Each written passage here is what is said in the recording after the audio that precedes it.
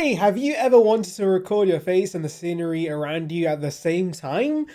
No? Well, even if you don't, the iPhone 17 Pro should now be able to do this. Yay! So let's delve in. So according to John Prosser, Apple is going to introduce a new feature where you can record from the front-facing and rear camera at the same time. I say new in quotations because I'm pretty sure you can natively do this on the Galaxy S4 back from 2013. So great Apple, they are finally catching up, but what's funny is that apparently this simple feature is going to be a Pro exclusive. I understand they want to tout the Pro phones more as a content creation machine, and a feature like this is most useful for creatives, but it's also something the base model should easily be able to do. So I'm really hoping they don't software lock this to the Pros. By the way, I'm aware third-party applications like Snapchat, for example, already allow you to do this, but natively offering this would be great as well, and as I said, it is about time because Android phones have been able to natively do this for years. Next, let's delve into new cases showing us the ginormous camera module on the iPhone 17 Pro.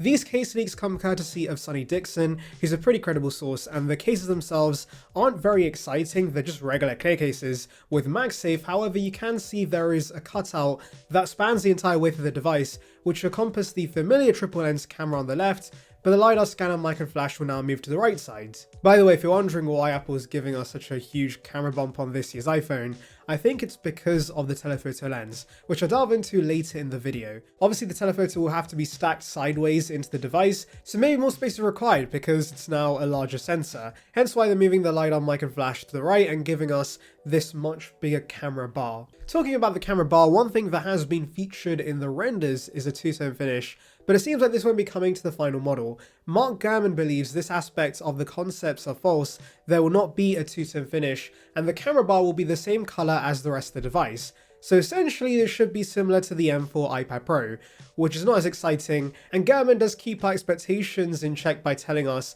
this won't be as groundbreaking of a redesign as some other rumours have suggested. However, whilst the actual design may not be that exciting, since Apple's switching to a part glass, part aluminium shell, that would allow for more vibrant colours to come to the Pros. Titanium that's currently offered on the 16 Pro is very hard to colour, and so as a result we have some very boring shades. But aluminium, whilst being a weaker material, could allow for Apple to give us bright shades of red, blue or green, which I would love to see with the 17 Pro, even if it's not as durable. But let's forget about the actual look of this camera bump and delve into the upgrades we could see. So for those unaware, we have heard a lot about a new 48 megapixel telephoto lens coming to the 17 Pro. This was the last lens still on 12 megapixels, as the main camera had moved to 48 megapixels with the 14 Pro, and the ultra wide had moved to 48 megapixels last year with the 16 Pro.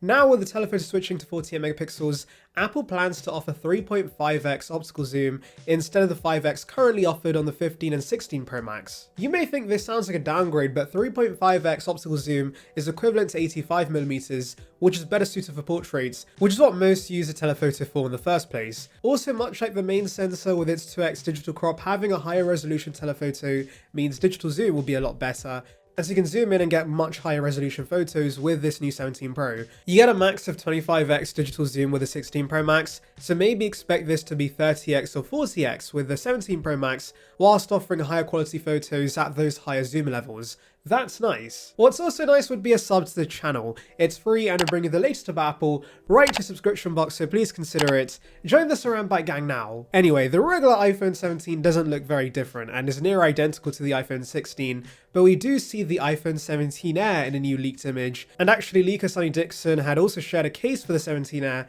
which shows a visor camera bar similar to Pixel devices. However, as you can see, there will only be one camera lens on the left side of the device, and the mic and flash will be on the right. Now, there is no cutout below the camera bar on the 17 Air, which does make me think the back panel is going to be completely glass, similar to current iPhones, and only the camera bar could be aluminium. Also, we can see MagSafe is here, so for those worrying this might be too thin to fit MagSafe, thankfully that's not the case. The 17 Air also has space for the action button as well as camera control, so yes, despite it being 5.5mm in thickness, you are still getting flagship hardware features even though camera control is pretty useless, so I wouldn't have cared if they removed it. Anyways, Chinese leaker Instant Digital says Apple is going to incorporate a vapor chamber heatsink for better thermal performance, which by the way has been reported in the past by another source called MyDrivers.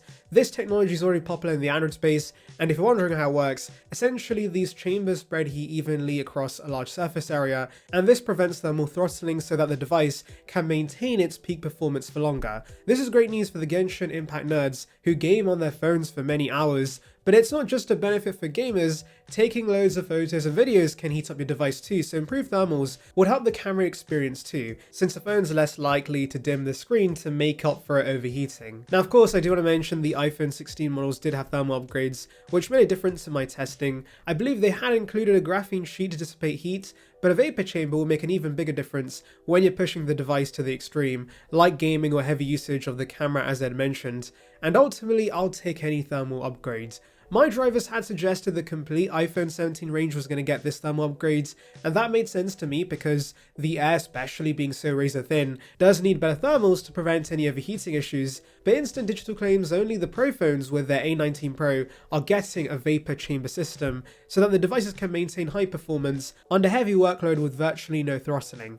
That's cool, but I would also like to see that come to the complete range, and do remember the complete iPhone 16 range did get the graphene sheet. We also hear from analyst Jeff Poo that we could see 12 gigs of RAM in the iPhone 17 Pro and Pro Max, up from 8 gigs in the 16 series. I'm assuming Apple's mainly giving us this RAM upgrade for Apple Intelligence, but it should help apps stay in the background for longer and should also help future-proof these devices. However, do note this only applies to the Pro phones. The regular 17s are going to stick with 8 gigs, so even if we do see thermal upgrades across the boards, the Pro models will have the upper hand in terms of raw specs, thanks to the A19 Pro and 12 gigs of RAM. Moving on, the 17 Air may be one of the first iPhones to use a higher density battery. Now it makes sense to use the technology with a device that naturally will have space constraints because it will be so thin, and so a high density battery allows a lot of energy to be stored within a small physical space. This combined with the fact we should see the very efficient C1 modem means battery life should still be solid on the Air, which is good to see because that was undoubtedly a concern many would have with such a thin device. And it's not just the Air gaining a larger battery, the Pro Max